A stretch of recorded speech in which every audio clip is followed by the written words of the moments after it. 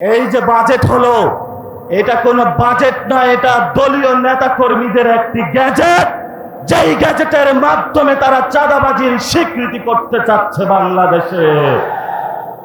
এটা হাওয়া ভবনের যারা কতগুলো ব্যক্তির একটা গ্রুপ, যাদের হাওয়া ভবনকে তারা বৈধ করার জন্য, বাংলাদেশে ডাবল ডিজিটের দুর্নীতি করার জন্য জনগণের উপর একটি বৈষম্যের বাজেট আমাদেরকে চাপিয়ে দিয়েছে।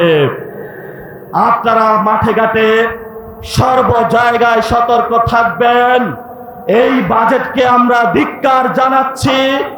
এই বাজেটে আবু সাইদের রক্ত নেই, এই বাজেটে শহীদ ওয়াসিমের রক্ত নেই, এই বাজেটে শহীদ বুকদের রক্ত নেই, যেই বাজেটে আমাদের তরুণ প্রজন্মের কর্মসংস্থানের ব্যবস্থা নেই, সেই বাজেটকে আমরা ধিক্কার জানালাম। সাথে সাথে বাংলাদেশের জনগণকে কর্মসংস্থান বুঝিয়ে দেওয়ার জন্য, ভারতীয় সেবাদেশ থেকে মুক্তি পাওয়ার জন্য, হাওয়া ভবন থেকে বেরিয়ে আসার জন্য, চাঁদাবাজ সন্ত্রাস দুর্নীতি রুখার জন্য, একটি সাম্য স্বাধীন সার্বভৌম বাংলাদেশ গঠনের জন্য আমাদের এই যে নির্বাচনী জোট, সেটা থেকে আমরা ঐক্যবদ্ধভাবে হয়েছি। রাজনৈতিক লড়াই চলবে। ভারত বাংলাদেশের যে সম্পর্ক মর্যাদার ভিত্তিতে হবে, সীমান্ত হত্যাকাণ্ড বন্ধ হবে, পুশিন বন্ধ হবে, নদীতে পানি আসবে, আমার বেকার ভাইয়েরা চাকরি বুঝে পাবে। যদি এই ব্যবস্থা বাংলাদেশে না হয়, এই যে চট্টগ্রামে রিভল্ট ঘোষণা হয়েছিল, এই চট্টগ্রাম থেকে আমরা আজকে আবার রিভল্ট ঘোষণা করলাম। আপনারা সবাই ঐক্যবদ্ধ থাকবেন ইনশাআল্লাহ। চট্টগ্রাম যেদিকে যাবে, বাংলাদেশ সেদিকে যাবে। চট্টগ্রামের জয় হোক, বদ্ধদের জয় হোক। এখন পর্যন্ত নেতৃত্ব দিয়ে যাচ্ছেন জনগণের কণ্ঠস্বর হয়ে 11 দলীয় জোটের নেতৃবৃন্দ।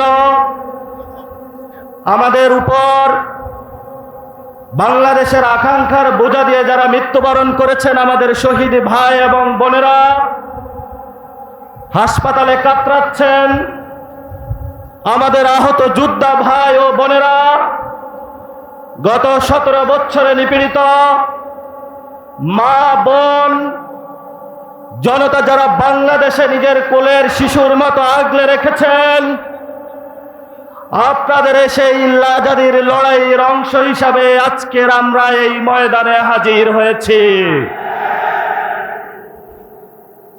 সময় কম, ছোট্ট কয়েকটা কথা বলবো। এই চট্টগ্রামে ইসলামী সমাজ কল্যাণ পরিষদের ব্যানারে চট্টগ্রামের মানুষকে যিনি শান্তির পথে আহ্বান করেছিলেন, ইসলামের বাণী ছড়িয়েছিলেন, যাকে অন্যায়ভাবে হাসিনা খুনি সরকার আল্লাহর দরবারে শহীদ হিসাবে পাঠানোর ব্যবস্থা করেছিলেন, আমাদের প্রিয় সাইদি সাহেব, উনি একটি বিখ্যাত কথা বলেছিলেন, যেই কথাগুলা চট্টগ্রাম নয় পুরো বাংলাদেশের তরুণ প্রজন্মের কাছে এখনো দিবারাত্রি শানিত হচ্ছে। উনি বলেছিলেন, বরবাদে গুলিস্তা কে লিয়ে এক হি উল্লু কাফি হ্যায়, गुलिस्ता की हर साख में उल्लू बैठा है, फिर अंजाम गुलिस्ता के लिया क्या होगा। উনি বলেছিলেন, এই ফুল বাগান নষ্ট করার জন্য একটা হুতুম পেঁচায় যথেষ্ট, কিন্তু আমাদের দেখছি পার্লামেন্ট থেকে সরকারি অফিস সর্ব জায়গায় হুতুম পেঁচা বসেছে। তাহলে আমার এই সুজলা সুফলা সোনার বাংলার কি হবে? এই হুতুম পেঁচারা কখনো আবির্ভূত হয় আমাদের সংবিধানের দোহাই দিয়ে, কেউ আবির্ভূত হয় চাঁদাবাজের মোড়ক নিয়ে, কেউ আবির্ভূত হয় সন্ত্রাসীর মোড়ক নিয়ে, কেউ আবির্ভূত হয় দখলবাজের মোড়ক নিয়ে, কেউ আবার মা বাপের সিম্প্যাথির কার্ড খেলে বাংলাদেশের মানুষের সামনে আবির্ভূত হয়েছে। শেখ মুজিবের কন্যা শেখ হাসিনা বাংলাদেশের জনগণের বিরুদ্ধে দাঁড়িয়ে সিম্প্যাথির রাজনীতি করেছিল ভারতীয় বয়ানে। আমরা এখন দেখতে পাচ্ছি যেই জিয়াউর রহমান বলেছিলেন ওই রিভল্ট বাংলাদেশের মানুষের পক্ষে দাঁড়িয়ে, সেই জিয়াউর রহমানের স্ত্রী বলেছিলেন গণতন্ত্রের আপোষহীন নেত্রী, যিনি একদিকে বলেছিলেন ওদের হাতে গোলামির জিঞ্জির, আমাদের হাতে স্বাধীনতার পতাকা। সেই রাজনীতি আজকে বাংলাদেশের জাতীয়তাবাদী স্লোগান তুলে আমাদের সীমান্তে বাংলাদেশের মানুষকে নাগরিকের মর্যাদা ক্ষুণ্ণ করে ভারতের হায়দ্রাবাদের মতন আরেকটি তাবেদার রাষ্ট্র বানানোর কার্যক্রম চালাচ্ছে। শুনে রাখুন, বাংলাদেশের তরুণ প্রজন্ম 18 কোটি মানুষ। শহীদ ওসমান হাদি বলেছিলেন বাংলাদেশের মানুষ তোমরা দরকার হয় ঘাস খাও, তারপর অস্ত্র বানাও, আমাদের স্বাধীনতা আমাদেরকে রক্ষা করতে হবে।